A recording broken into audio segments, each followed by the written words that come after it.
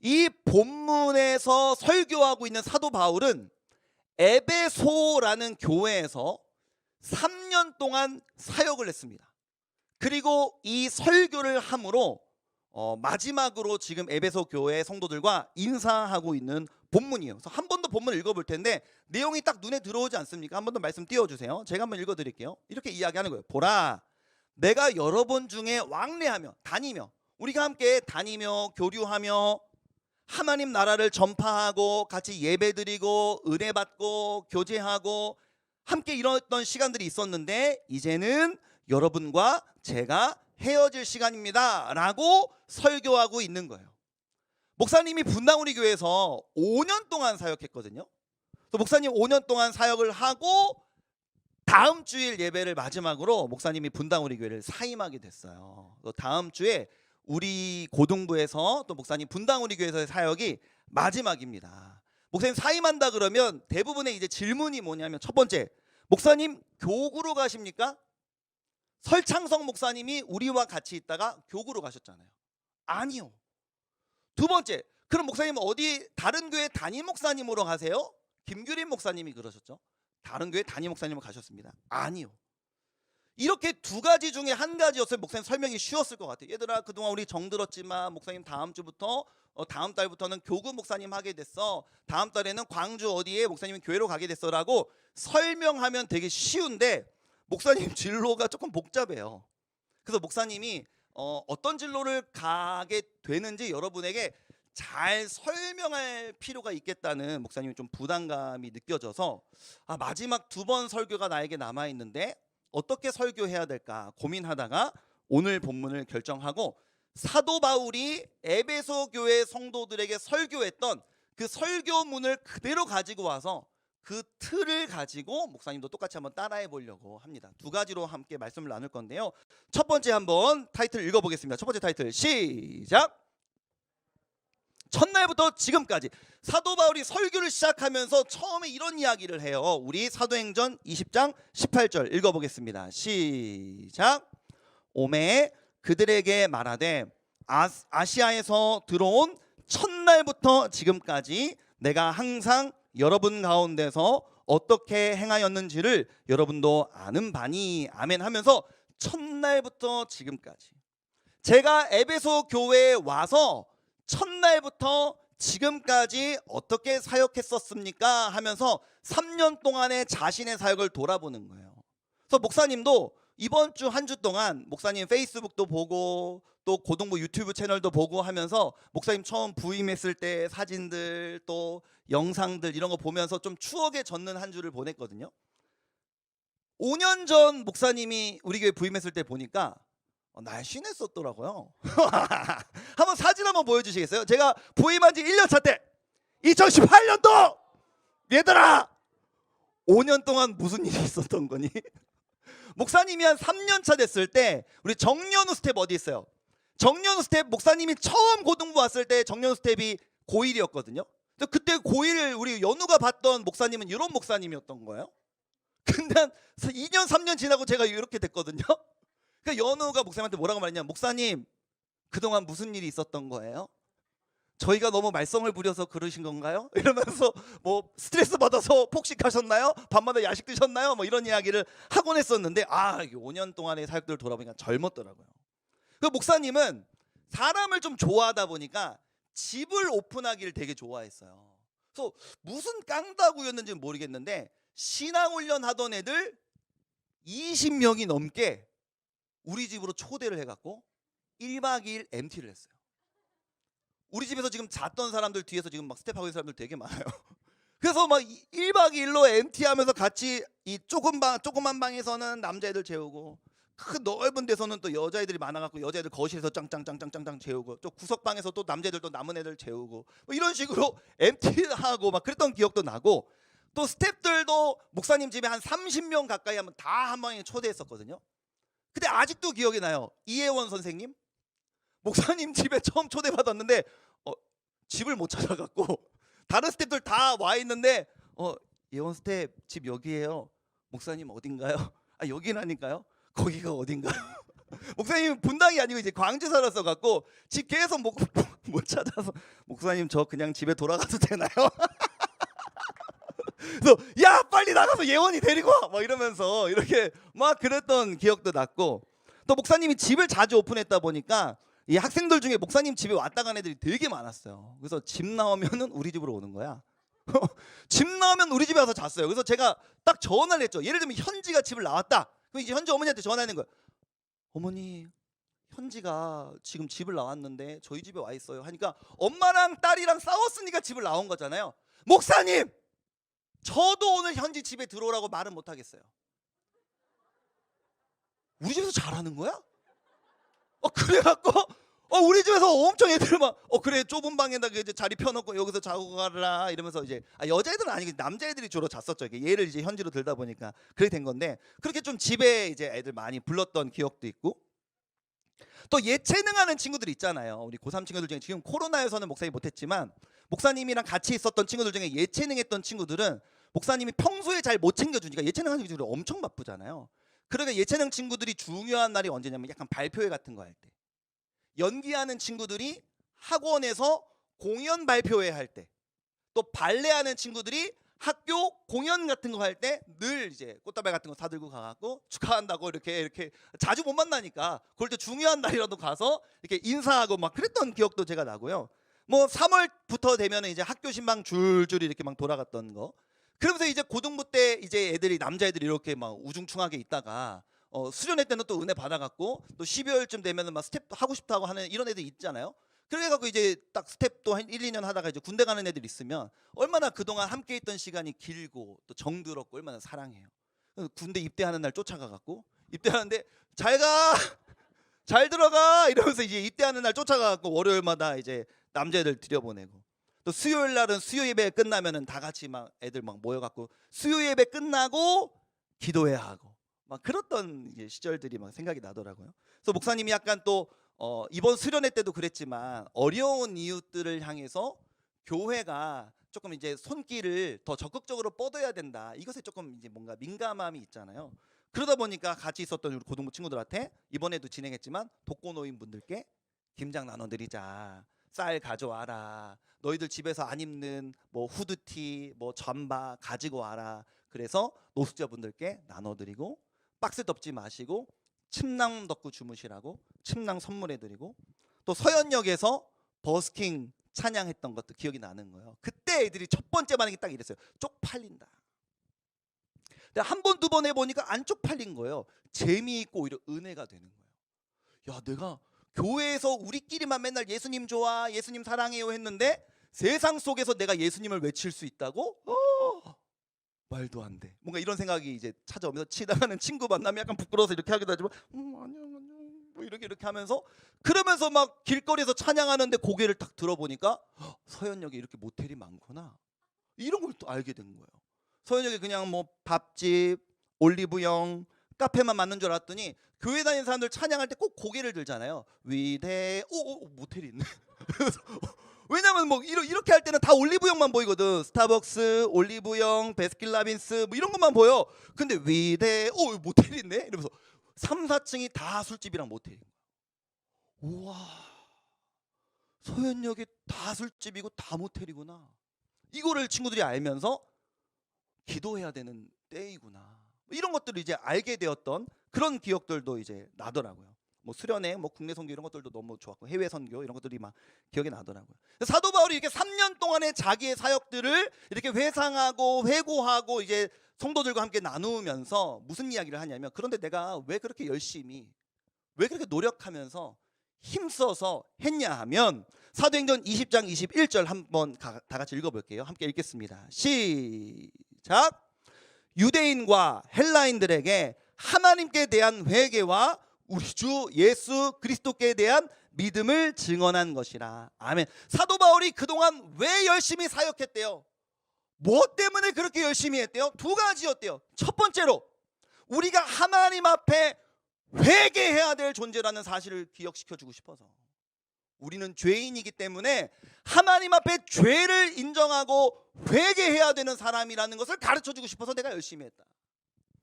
두 번째로 우리가 죄인이니까 죄인들에게는 소망이 없잖아요. 죄인은 감옥에 갇히거나 사형당하거나 이게 죄인이잖아요. 그러니까 우리도 원래 그렇게 처벌받고 저주받아야 되는 인생들인데 우리 주 예수 그리스도께 대한 믿음을 소유하면 구원받을 수 있으니까 우리가 죄인이기 때문에 회개해야 된다는 사실. 그래서 우리에겐 예수님이 필요하기 때문에 예수님 믿고 구원받아야 한다는 사실을 외치고 싶어서 그렇게 내가 3년 동안 밤낮 가리지 않고 열심히 했습니다 라고 사도 바울이 지금 자신의 사역들을 돌아보며 이야기하고 있는 거예요. 어제 고3 여행을 갔는데 고3들이다 보니까 이제 중등부 때부터 고등부 때까지 청소년부의 이제 추억이 있잖아요. 그 추억 속에는 또 목사님들이 거쳐갔단 말이에요. 김규린 목사님, 설창성 목사님 얘기가 안 나올 수 없지. 애들이 이제 얘기하는 거예요. 김규린 목사님 중등부 때 우리를 너무 많이 혼내셨다. 우리를 너무 사랑해 주셨지만 얼마나 무섭게 혼내셨는지 목사님 정색하실 때 진짜 무서웠다. 그 사역팀 애들한테 연애하면은 다 가만히 안 두겠다고 이야기를 했는데 그래서 우리가 숨어서 연애를 했다. 뭐 이런 얘기 막 해줬고요. 그 다음에 뭐 설창성 목사님 우리 고1 때 겨울수련회 설창성 목사님 겨울수련회 때 오셨는데 설교 4시간 하셨다. 하다 이런 목사님 처음이었다. 막 최악이었다. 막 이러면서 막 엄청 괴로웠다. 막 이런 이야기들 이렇게 같이 나누면서 막 이렇게 웃으면서 이야기를 했는데요. 목사님들이 왜 그렇게 연애하지 말라고 목에 핏대를 세우고 때로는 정색하면서 여러분들을 혼냈을까? 왜 그렇게 물론 지금도 제가 생각해도 4시간은 심했습니다. 4시간은 그건 잘못한 거예요. 목사님도 진심으로 잘못했다고 생각하시고 그때 수련을 마치고 엄청나게 회개하셨어요. 굉장히 위축되셨어요. 목사님 수련회 갔다 와서 어떠세요 목사님? 나 큰일 났어. 애들이 너무 싫어해. 뭐 이러면서 굉장히 목사님 송림 중등부에서 설 목사님 대장이었거든요. 송림 중등부에서 우리 애들 나 되게 사랑해 이러고 있다가 딱 서영고등부 온 지 1년 차 때 딱 쭈그러지셔갖고 겸손해지셔. 애들이 나 싫어하는 것 같아. 이러면서 이제 금방 이제 굉장히 겸손 모드로 이제 돌아서셨는데 이렇게 목사님들이 지나오면서 왜 그렇게 뭐 집에도 초대하고 시험 기간에 간식 들고 찾아가고 왜 때로는 혼내고 왜 밥 사주고 떡볶이 사주고 왜 그랬냐? 왜 그랬냐? 목사님들이 그동안 모든 사역의 열심의 동기가 무엇이냐 딱 2가지. 첫 번째 뭐라고요? 우리 모두가 하나님 앞에서 죄인이기 때문에 회개해야 된다는 사실을 가르쳐주고 싶어서. 두 번째로는 그렇기 때문에 우리에게는 우리 주 예수 그리스도에 대한 믿음을 소유하고 구원받는 것이 너무 중요하다는 사실을 가르쳐주려고. 그 2가지 가르쳐주려고 떡볶이도 먹였다가 오뎅도 먹였다가 붕어빵도 먹였다가 국밥도 먹였다가 치킨도 시켜줬다가 피자도 시켜줬다가 그거 고짓거리 하는 겁니다. 이 2가지 얘기해주고 싶어갖고. 여러분들이 중등부 때부터 고등부 때부터 또 지금 목사님이랑 헤어지면서 또 목사님이랑 추억이 1년밖에 안 되는 친구들도 있고 꽤 긴 친구들도 있겠죠. 그 목사님의 모든 사역에 목사님들의 열심이 선생님들의 희생이 스태프들의 노력과 땀이 기억이 난다면 왜 그럴까? 왜 그랬을까? 저 사람들은 도대체 왜 그러는 걸까? 2가지. 우리가 하나님 앞에서 죄인이기 때문에 회개해야 된다는 사실.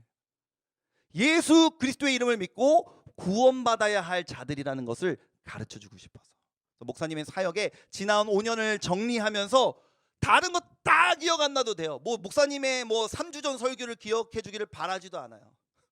지난주 설교 기억해 주기를 바라지도 않습니다.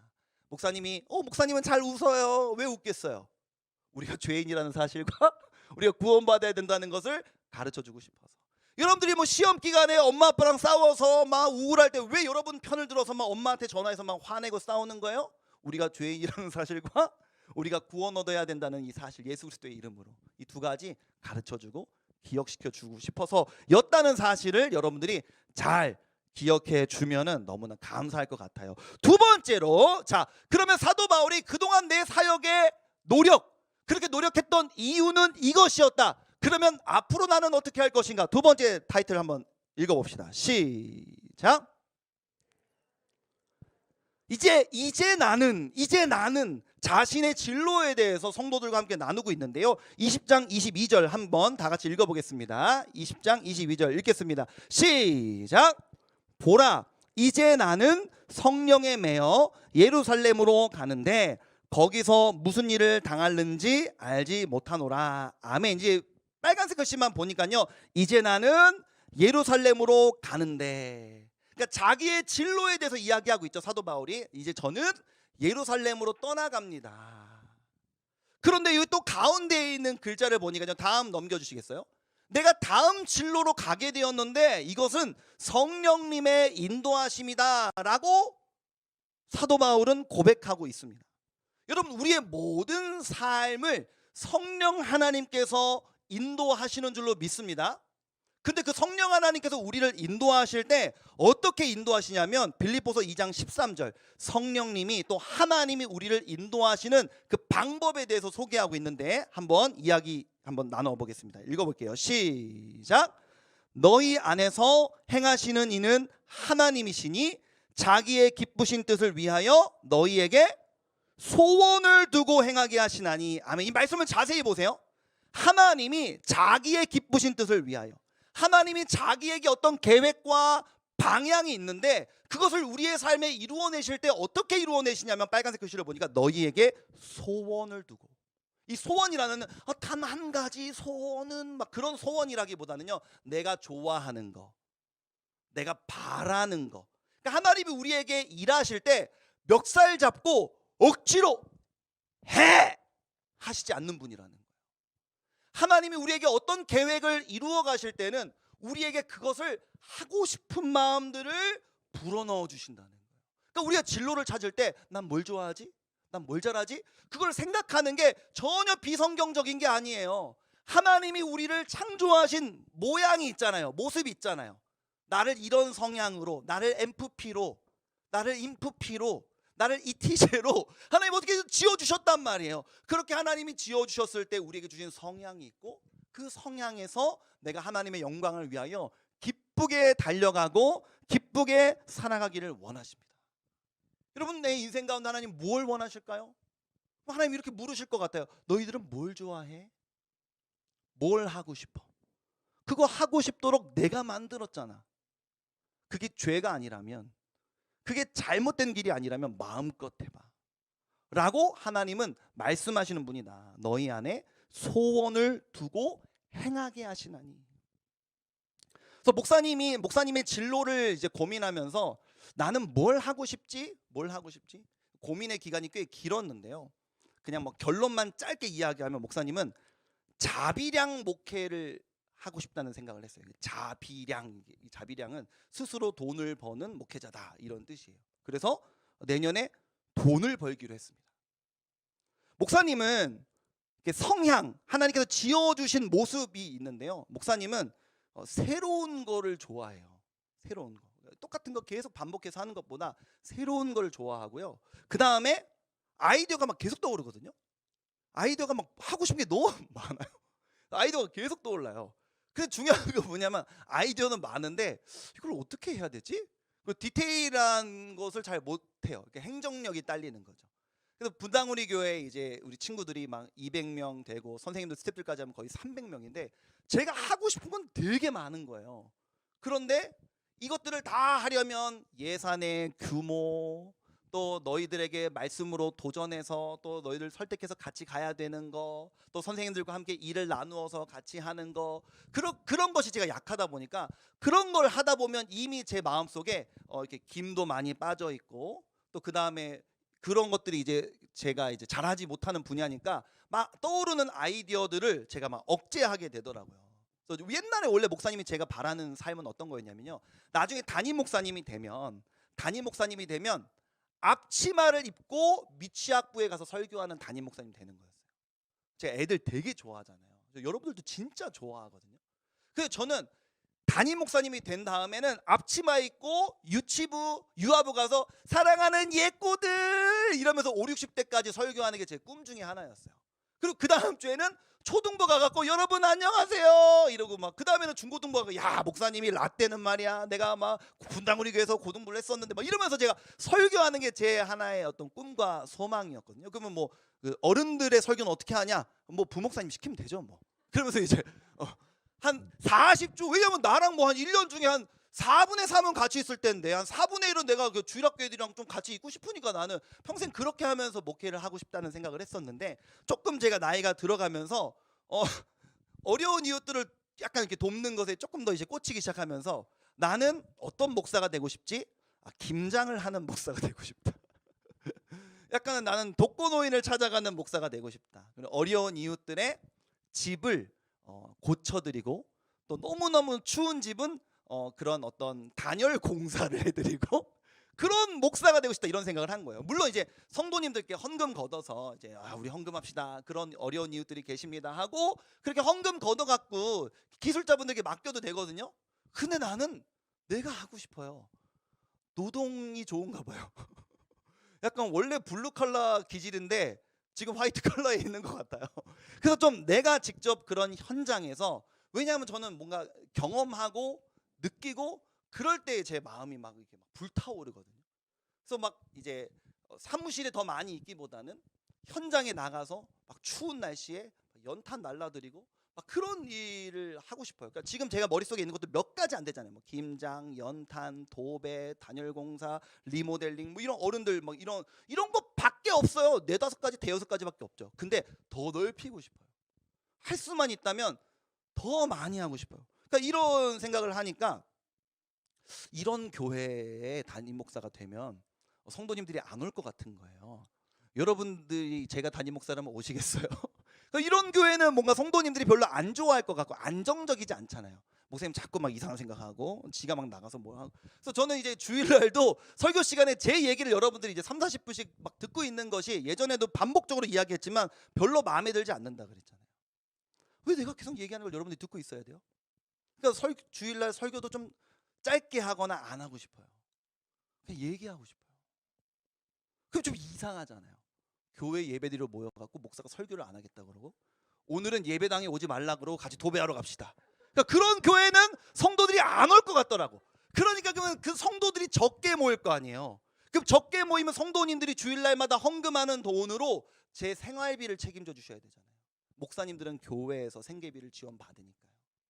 성도가 적게 모이려면 내가 돈을 벌어야 되는구나 라고 생각을 해서 말씀을 읽다 보니까 또 사도 바울이 이런 이야기를 한 거예요. 사도행전 20장 34절 읽어볼게요. 세번역으로 한번 읽어보면 이런 구절이 꼭 이런 것만 꽂혀요. 이런 거에 꽂혀 있으니까 읽어볼게요. 시작. 여러분이 아는 대로 나는 나와 내 일행에게 필요한 것을 내 손으로 일해서 마련하였습니다. 사도 바울이 목회하면서 선교하면서 자기에게 필요한 것들을 자기가 일해서 자기가 돈 벌어서 사역했다, 이렇게 얘기를 하는 게 나한테 이렇게 꽂히더라고요, 이게. 그래서 교회에서 생활비와 생계비를 지원받으며 목회하는 것도 성경적이고, 스스로 돈을 벌어서 목회하는 것도 성경적인데, 목사님은 후자를 선택하기로 한 거죠. 내년에 돈을 벌어야겠다. 자비량 목회를 하고 싶다. 그래서 이제 교회를 이제 사임하겠다고 목사님께 딱 말씀을 드리고 나니까 뭘 해야 되지? 무슨 일을 해야 되지? 이렇게 생각이 들잖아요. 교회에서 10년을 넘게 이제 목사를 하니까요. 세상에서는 이렇게 받아주지 않더라고요. 무슨 경력이 되겠어요? 제가 어디에? 와, 내가 교회에서만 방구나 좀 붕붕 끼고 다녔지. 진짜 세상에 나가니까 쭈구리구나. 왜냐면 나를 아무 데도 뭐 원하는 인재도 아니고 받아주는 곳이 없으니까 내가 굉장히 사실은 세상에 영향력이 없는 초라한 존재였구나, 이런 생각을 좀 하게 되면서 몸은 건강하잖아요, 목사님. 에너지도 많고 막 소리도 잘 지르고 막 어제 막 졸업여행 갔다 왔는데 지금 하나도 피곤한 기색이 없이 막 건강하단 말이에요. 그러니까 몸을 좀 쓰는 일을 할 수밖에 없겠구나 하면서 그런데 이제 그래서 공사 현장에서 일할 수밖에 없겠다, 이런 생각을 좀 하게 됐고, 근데 공사 현장에서도 이제 일이 2가지가 있더라고요. 첫 번째는 막노동이 있고, 두 번째는 기술직이 있어요. 내가 기술직을 해야겠다. 그러니까 막노동은 기술이 없이 계속 몸만 써야 되는 일이고, 이제 기술을 이제 배워야겠다. 기술에는 뭐가 있지? 그러니까 아까 뭐 하고 싶었던 도배 뭐 이런 거 있고, 뭐 방충망 셋 설치 수리 뭐 이런 거 있고요. 그다음에 에어컨 설치 청소 뭐 이런 거 있고요. 그다음에 이 욕실에 있는 타일 뭐 줄눈 뭐 굉장히 다양해요. 기술직이 엄청 다양하더라고요. 검색해 보니까 여러 가지 기술직이 있는데, 그럼 이 중에 내가 뭘 해야 되지? 사진 한번 보여주세요. 예수님이 목 쓰셨거든요. 야, 이왕 기술직 할 거면 목수해야지. 내가 예수님 제자인데 이러면서 목수를 해야겠다 이런 생각을 하면서 목수 일을 조금 배워보려고 이제 하고 있어요. 그래서 마침 또 이제 어떤 한 목사님께서 목수로 일하시면서 자비량으로 목회하고 계시는 목사님이 계셔서 제가 연락을 드려서 혹시 제가 좀 배울 수 있겠습니까? 이렇게 여쭤보고 목사님도 되게 뭐 좋아 이제 해주셔서 내년에는 그 목사님 이제 따라다니면서 목수 일을 공사 현장에서 배우면서 이제 주중에 이제 일을 할 거예요. 그러니까 목사님이 요즘에는 이렇게 헤어지더라도 사도 바울 때는 이제 얼굴을 이제 우리는 못 본다 이렇게 설교했는데 우리는 이제 SNS로 다 연결돼 있으니까 서로의 삶을 이제 앞으로도 다 안단 말이에요. 근데 목사님이 이번 주에 우리랑 뭐 다음 주에 막 빠이빠이 해놓고선 다음 주에 공사 현장에 목사님 왜 그러지? 뭐 집이 망했나? 뭐 이런 생각을 여러분들이 이제 하게 될까봐 이렇게 미리 목사님이 내가 어떤 진로로 어떤 생각과 어떤 뜻으로 이런 진로를 결정했는지를 잘 설명해 주는 게 중요하겠다라는 생각을 이제 하게 된 거예요. 아까 읽었던 본문 한 번만 더 읽어볼게요. 사도행전 20장 22절 함께 읽어보겠습니다. 시작. 보라 이제 나는 성령에 매여 예루살렘으로 가는데 거기서 무슨 일을 당할는지 알지 못하노라. 아멘. 내년에 목사님의 삶에 어떤 일이 벌어질지 솔직히 모르겠어요. 돈을 뭐 적게 벌지 뭐 많이 벌지 뭐 어떤 일이 벌어질지 제 삶에 뭐 제가 어떻게 알겠습니까? 새로운 첫걸음을 내딛는 것인데 너무나 감사하게도 목사님 이렇게 새로운 첫걸음을 내딛는데 29개 교회 중에 수지 예본교회라고 있어요. 수지 예본교회에서 목사님에게 이제 주말에만 파트로 목사님이 지금 교회에 계속 주중에 있거든요. 주중에 있는 이제 이거를 이제 풀타임 사역자 이렇게 얘기해요. 풀타임 계속 교회에 있다. 풀타임 사역자. 근데 내년에는 수지 예본교회에서 주일 혹은 주말에만 사역하는 파트타임 목사로 제가 이제 어린이 부서에 부임하게 됐어요. 어린이 부서 엄청 잘할 것 같죠? 기가 막히게 잘합니다. 제가 또 어린이 부서를 여러분 또 그래서 원래 수지예본 교회에 어린이 부서로 가려고 이제 이동을 한다기보다요. 목사님의 원래 이제 결정과 꿈은 수지예본 교회가 정해지기 전에 담임 목사님께 정중하게 이제 말씀드려서 교회를 사임하겠다고 이제 말씀을 드리고 그렇게 해서 이제 내년을 준비하는 중에 수지예본교회에서 감사하게도 주말에 이제 사역해 보면 어떻겠냐 이렇게 말씀해 주셔서 이제 가게 됐어요. 그래서 사실은 걱정도 많았어요. 어느 교회 다녀야 되지? 분당우리교회 사임하고 제가 분당우리교회 계속 예배 드리러 오면 밑에 3층에서 예배하고 있다가 이제 가면서 여러분들 마주치면 안녕 이러면서 약간 그것도 약간 뭔가 어색하고 막 그래갖고 조금 이게 고민하다가 갈 교회가 이제 목사가 되니까요. 이제 목사가 한 교회를 사임하면 갈 교회가 없더라고요. 그래서 이제 어느 교회 가야 되나 했는데 교회를 다닐 수 있는 교회가 있고 제가 언젠가 정말 자비량으로 목회할 수 있는 그 개척하는 그날까지 또 목사로서 사역할 수 있는 공간이 생겨서 너무 감사하다는 마음으로 내년에 이제 첫 발을 내딛게 됐습니다. 그래서 무슨 일이 생길지 목사님의 인생에 알 수 없지만 한 걸음 한 걸음 주님의 인도하심을 따라서 한번 걸어가 보려고 해요. 우리 고등부 전체 친구들에게 오늘의 설교를 통해서 특별히 우리 고3 친구들에게 좀 해주고 싶은 말은 뭐냐면 우리나라에서 모범적인 청소년들은 공부 열심히 해서 좋은 대학 가서 대기업에 취업을 해서 연봉을 많이 받고 좋은 사람, 그러니까 연봉을 많이 받는 남성 혹은 여성과 같이 결혼해서 꽤 부유하게 살면은 그것이 굉장히 좋은 인생이고 착한 길이라고 이제 이야기를 하잖아요. 공부를 좀 잘하지 않으면 그건 좀 이상하게 생각하는 게 우리나라 문화죠. 그러니까 목회자 안에서도 마찬가지예요. 좋은 목사님 밑에서 목회를 잘 배워서 우리 설창성 목사님처럼 또 우리 김규리 목사님처럼 목회를 잘 배워서 어떤 한 교회의 담임 목사님으로 가서 또 목회를 잘 하시는 것이 모범적이고 일반적인 진로예요. 그러니까 목사님은 조금 이상한 사람이죠. 사실은 그래요. 돌출된 사람이에요. 돌출된 게 잘못된 건 아니잖아요. 좀 다르긴 하지만.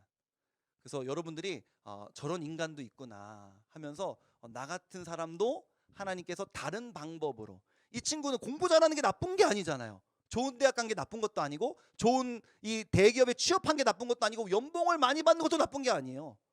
근데 그 길만 옳다고 이야기하는 이런 문화 속에서 혹시 내가 조금은 나는 다른데? 라는 생각을 갖고 있었던 친구들이 있다면 목사님의 이 걸음과 앞으로의 삶을 좀 주목하면서 여러분들도 위로와 힘을 얻었으면 좋겠습니다. 목사님이 5년의 사역을 이제 마무리하면서 다음 주 마지막 설교만 이제 남겨놓고 있지만 찬양 한 곡을 하나님 앞에 올려드리고 싶다는 생각을 했어요. 그래서 여러분과 이 가사도 나누고 싶어서 하나님 앞에 이 찬양을 좀 올려드릴 때 여러분들도 좀 가사에 집중하시면서 가사를 좀 잘 들어주시면 좋겠습니다.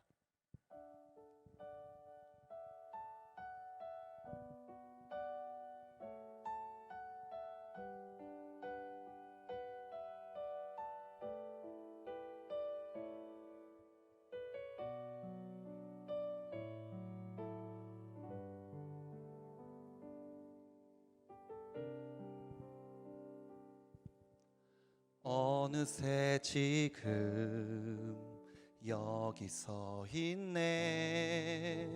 생각조차 못했던 어떻게 내가 여기까지 왔는지 감사하기만 한걸. 조금씩 보인 그 길을 따라 한 걸음 한 걸음 걸어왔었지. 인생의 끝에 내 삶을 반겨주리 기다리고 있으니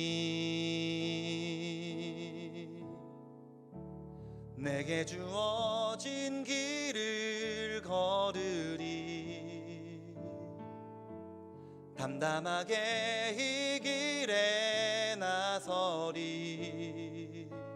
쉬운 길을 찾았던 지난 날과 아쉬움은 소망으로 덮고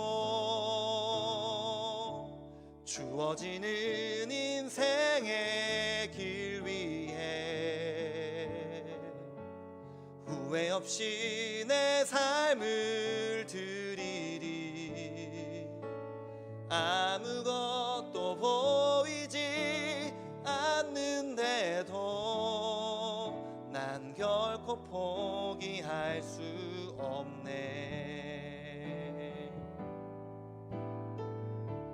내게 주어진 길을 걸으리. 담담하게 이 길에 나서리. 쉬운 길을 찾았던 지난 날과 아쉬움은 소망으로 덮고 주어지는 인생의 길 위에 후회 없이 내 삶을 드리리. 아무것도 보이지 않는데도 난 결코 포기할 수 없네.